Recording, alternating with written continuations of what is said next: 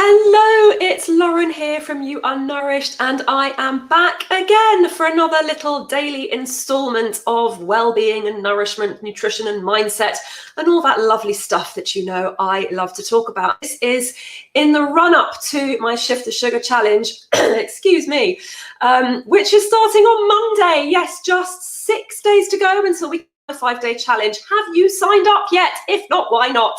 Head to the link above this video or go to laurengafer.com/STS to claim your space and join us on the challenge.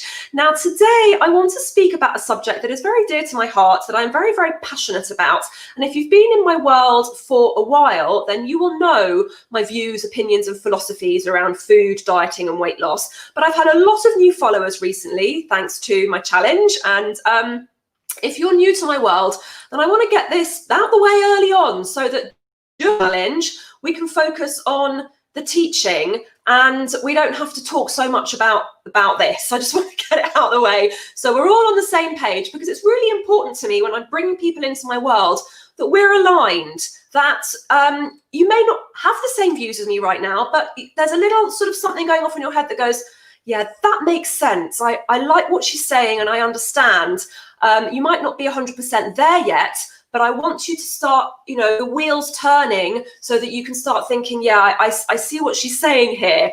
So I have a lot of people join my challenges and my membership with weight to lose. And it's one of the most common questions I get asked, especially in the lead up to something like a 5-day challenge, is, will this help me lose weight?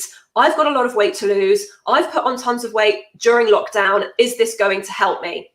And I don't want to skirt around the issue. I want to address it head on, because it is a problem for many, many people, many women in particular who, like I said, enter my world, have weight to lose. And whilst I'm not going to promise that you will, I'm not going to promise that you won't either, but it's not the core focus of everything that I do. Listen, I get it. I've had my own struggles with weight up and down over the years. Believe me, I have tried every diet out there. And I only really healed my relationship with food when I became comfortable with who I was, with my body, and began to incorporate just a more sensible mindset around food. I enjoy all kinds of food and drink, healthy and unhealthy, and I've removed all of that guilt and shame, and that's what I want for you as well. But it has to start with changing your relationship with the scales and a number. There are many plans, programs out there that aim to not be a diet. But I can tell you that if you are weighing, measuring, tracking your food or yourself, you are on a diet. And with the best will in the world, if they're still promising weight loss, but telling you it's not a diet, it's still a diet. Okay, just want to get that out of the way. All right, these diets teach you how to deprive yourself and how to restrict yourself and how to, feel guilt and shame around food. I teach you how to nourish yourself and experience joy and freedom around food so you can feel actually happy and balanced with your food choices. Now, I want to talk about the 3 key reasons why I believe that you need to burn your scales, smash them up, throw them out the window, whatever to do, just stop relying on them. And this is the thing, it's the reliance on the scales on a day-to-day basis that is keeping you stuck where you are. So reason number 1, physiologically, as women, especially as women, and this is why I work with women, because men, burn fat in a totally different way. But as women, especially 40 plus, our weight can fluctuate throughout the month from as much as sort of 5 to 7 pounds, depending on where we are in our cycle. So one day you could weigh yourself and it could be whatever it is. And the next day you could have put on a pound and it obviously totally destroys your mood and you beat yourself up about it. But actually it's nothing more than a little bit of kind of hormonal fluctuation. So, and as women, we store and burn fat totally differently, and it also changes as we age. So remember when we were in our 20s and we had a little black dress to get into at the weekend, we would just starve ourselves during the week. I've done it a million times. You just starve yourself during the week and then bam, by Saturday morning, little black dress fits you, stomach nice and flat, and you're ready to go. Try and do that in your 40s. Not happening, right? Am I right? Or in your 50s? It doesn't work like that anymore because our bodies change. And yet we're still stuck in this sort of, well, it happened, when I was 25. Why can't I do it anymore? I must be a failure. I'm not doing it right. I'm a terrible person. And it affects your confidence and your self-worth, and it's utter BS. And I want to just do away with this constant beating yourself up with a number on a scale, when actually it's just your body changing, which is totally normal and totally natural. So point number 2 as to why I think you need to ditch your scales entirely is that your weight loss journey, and I genuinely hate that term, and you'll never hear me use it other than in this context, is not the same as somebody else's weight loss journey. Okay, so this is why my communities are weight loss posting free zones. And I introduced this probably about a year ago when I realized that, one person's weight loss was totally different to somebody else's. And where somebody would post at the end of 4 or 5 days in my Shift the Sugar challenge, I've lost 6 pounds, and everyone go, yay, you're amazing. Well done you. Congratulations. Pat on the back. You've made yourself smaller. Congratulations. And somebody else will go, well, I haven't. What's wrong with me? What did I do wrong? I'm just useless. And there comes the negative self-talk again and again and again, and it beats you up over the head yet again. Because person A who went, yeah, I lost 6 pounds, and person B who went, well, I didn't lose anything, what's wrong with me, have totally different bodies, metabolisms, fat storage mechanisms, and one person may have an underactive thyroid or adrenal fatigue that is going to stop them from burning fat and losing weight as quickly as person A, who has a totally different genetic, metabolic, physiological makeup. So no 2 bodies are the same, and you could have 2 people following exactly the same plan, doing exactly the same thing, and those bodies will remain entirely different because, hey, guess what? We're all different, and isn't that a beautiful thing? The world is diverse, and we should be and are beginning to embrace this a little bit more body positivity. We're all different shapes and sizes. That doesn't make us less worthy as human beings.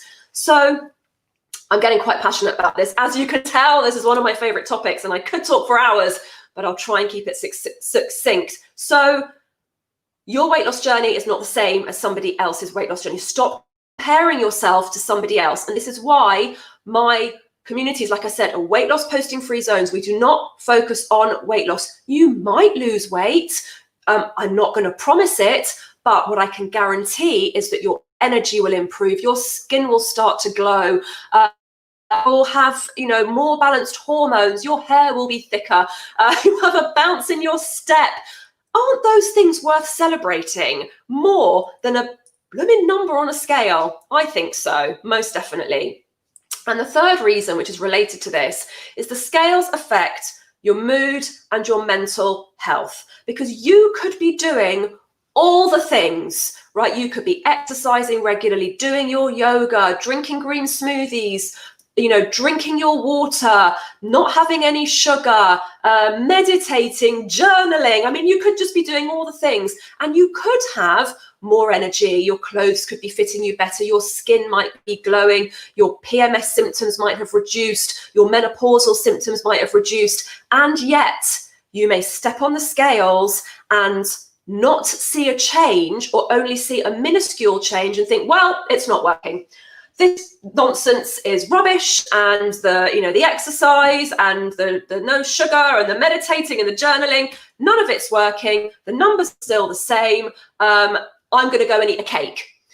And then you self-sabotage. So the scales are keeping you locked in this pattern of guilt and shame and restriction and self-sabotage. And then what happens? You've eaten a cake, or you've kind of consoled yourself with, comfort food to make yourself feel better, when if you just hadn't have stepped on the scales, you would never have known, and you'd have carried on with your day, feeling great, looking hot in your jeans or whatever, and you would be the wiser. And then your stress has increased. Okay, scales are really, really affecting our mental health. And guess what stress does? It stores fat. So you are never going to shift that tire around your middle, because most of that is cortisol and an imbalance of blood sugar. And this is what we also teach in Shift the Sugar. So if you are stressed and you have negative thoughts all the time, then you're not burning fat. If you are relaxed and happy and calm and enjoying life, then, and you're not eating sugar, then you can start to burn fat. So there's a totally different, mental makeup as well that we need in order to be the shape that we want to be, but it has nothing to do with a number on a scale. And I have a very personal, very recent experience of this, where I have in the last 4 months, so during lockdown, I've made a habit of exercise, which is something that has taken me 40 years to do, but my weight has remained largely the same. And I do have scales. I pop on them every now and then, just merely out of curiosity, because I genuinely don't really care. And it's not going to stop me from eating what I want to eat and doing what I want to do. But it was more of a sort of experiment. Right, I'm going to exercise regularly and I'm going to see what happens. And a minuscule move. But had I been looking for big shifts in the scale, then I would have gone, well, the exercise isn't working, I'm going to stop.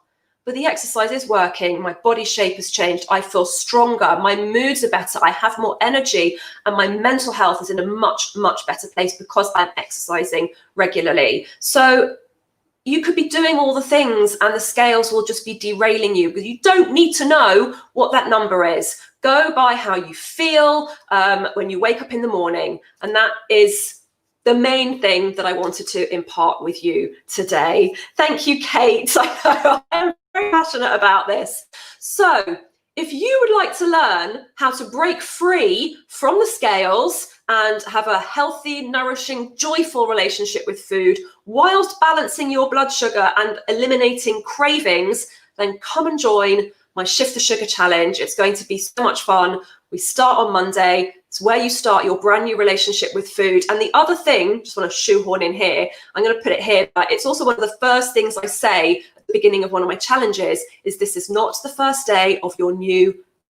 What I teach you are tools for life. This is the first day of the rest of your life, because these are tools that I want you to stay with for life, so that you can have a happy, long, healthy life and not constantly be starting a new diet. So this is not the first day of your new diet from Monday. It's the first day of the rest of your life. So make sure you sign up, laurengayford.com/STS, and I will see you on the challenge. And I will also see you back here tomorrow for more musings and ramblings. I'll catch you later. Bye.